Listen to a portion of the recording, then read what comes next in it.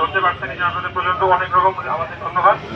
কারণ দেশের এই অবস্থায় আপনারা যে সচেতন আছেন, আপনাদের নিজেদের এলাকাতে আপনারা প্রোটেকশন দিচ্ছেন, এটাতে বোঝা যায় যে আপনাদের দেশপ্রেমের শেষ নাই এবং আপনাদের নিজের এলাকার প্রতি যে আপনাদের টান আছে এটা বোঝা যায়। এবং এটাতেই আমাদের এখন দরকার, একতাবদ্ধ হওয়া দরকার, সংঘবদ্ধ হওয়া দরকার। ঠিক আছে, বাংলাদেশ সেনাবাহিনী আপনাদের পাশে আছে, আমাদের সর্বরকম সহযোগিতা করার জন্য আমাদের পাশে আছে।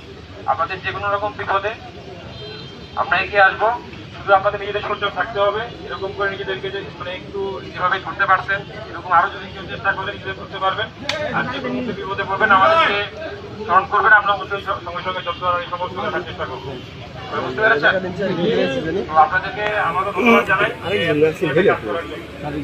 ভবিষ্যতে আপনারা আরো এলাকা থাকবেন। ঠিক আছে, যাতে লোকজন আর এই ধরনের কোনো চেষ্টা না করার সুযোগ পায় বা সাহস না পায়।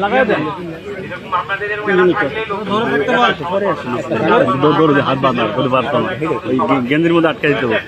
আমাদের এই মনোবল রাখতে হবে। ঠিক আছে, আমাদের আমরা নিজেরা জানবেন, বাকিদেরকেও জানাই দেবেন। ঠিক আছে, আপনারা যে মহৎ কাজটা করেছেন, আপনারা যে এই মহৎ কাজটা করেছেন এটা যেমন নিজেরা জানছেন, এইটা আপনার বাকি আশেপাশের এলাকায় যে আটলাই বাজার বা থেকে জানাই দিবেন।